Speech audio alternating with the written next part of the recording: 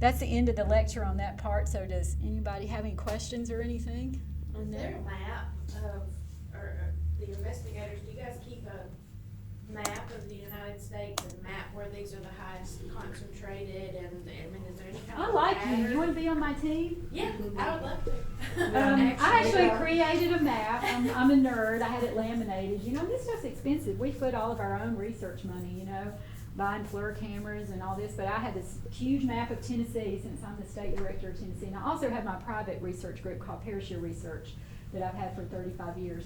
In MUFON, I'm a strict UFO investigator. In Sheer, I can do whatever the heck I want. So in there, I'm going out with some of the Bigfoot guys, the serious guys, you know, and oh, they're just fun. You know, we just have a blast together. But yeah, we have clusters. And in the last 2 or 3 years, over your way and to the east, there's been a lot of sightings.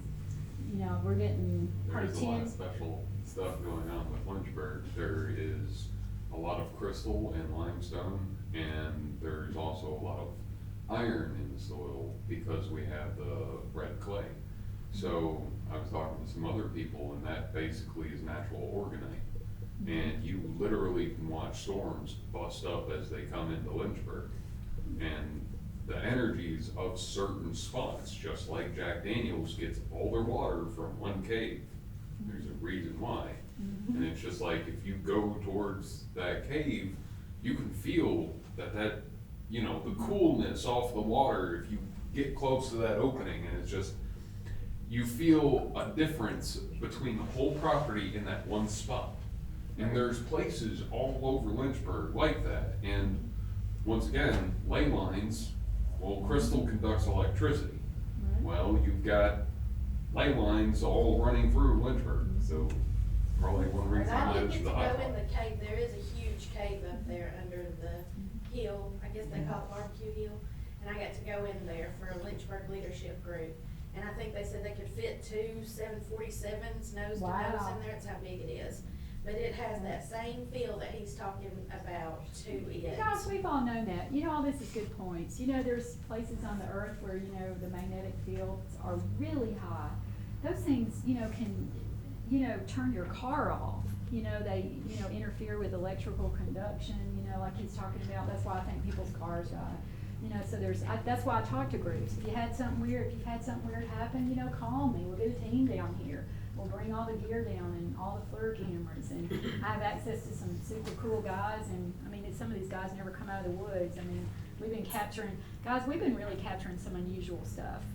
Does it have anything to do with the Air Force bases? Because, you know, Well, we have some them of here. them. We had a sighting about 3 years ago where this triangular craft just came over the top of my team, a couple of 1,000 feet, and it just hung there, totally noise. It's had to have anti-grav generators, because it didn't make any noise, and it was like we knew it was almost like flyboys knew we were there, you know, or just kind of teasing us.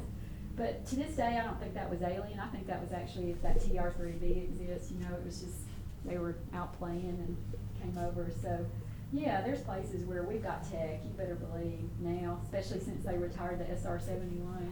I mean, there's probably some really cool stuff. I'm sorry, did you have a question? I went to the SR-71 talk last year in Tullahoma, and that pilot had some interesting stories.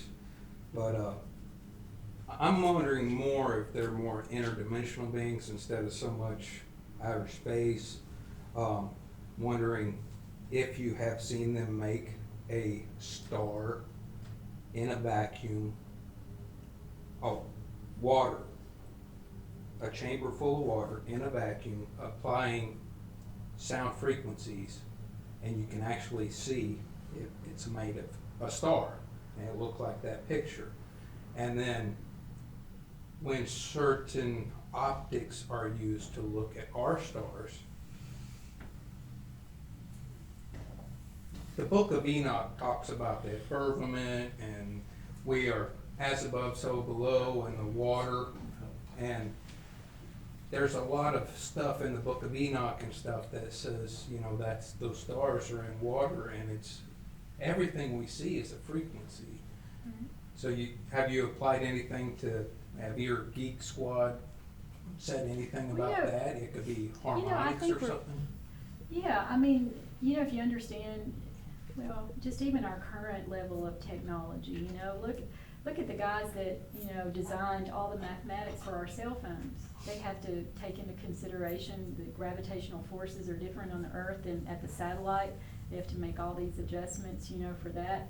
And we're there, you know, our cell phones are immediately. So can you imagine a civilization that's 500,000 years advanced from us? Their technology is going to appear to be magic. So people ask me these questions. This is my opinion, but it's just based on, you know, people that say, what's going on? I said, well, I think everything's going on, meaning take Star Trek on steroids, meaning there's alien life in our universe, just as physical as me and you, that can get here. And then there's probably interdimensionals, extra dimensionals, a whole spiritual world. I just don't even know what to call that. You know what I'm saying? And it, like you said, it goes across the spectrum, because in my work I get everything, and I'm just curious about all of it. You know, and so I think I'll tell you one real quick thing, because I know y'all are getting tired and you need to get up and take a break. But there was two things, because y'all seem interested. But I'm working with some paramilitary guys, and I had to earn their respect. It's funny, they didn't mean to insult me, but after I ask them my protocol questions, they go, you really do know what you're talking about. And I said, only because I've been doing this 40 years and I've been really serious. So they weren't going to let me on the gig they were doing. So they invited me to go. And these guys are really strict. I mean, these guys will take you out. Ex-military snipers, police officers, and they've gotten into this stuff. And I mean, my FLIR cameras, you know, like one of them, just if one goes on my phone, is like 500. I'm looking at a new one that's 3,000. And I mean, God, these things are awesome. You wouldn't believe what you can see with this stuff. I can see planes going over at 40,000 feet with my new cameras. So anyway, they got all the state-of-the-art stuff. And they're in a place, undisclosed location in Georgia. It's kind of like if you hadn't studied Skinwalker Ranch, take a look at that. Bigelow funded MUFON for a while, so I got to work with all those guys.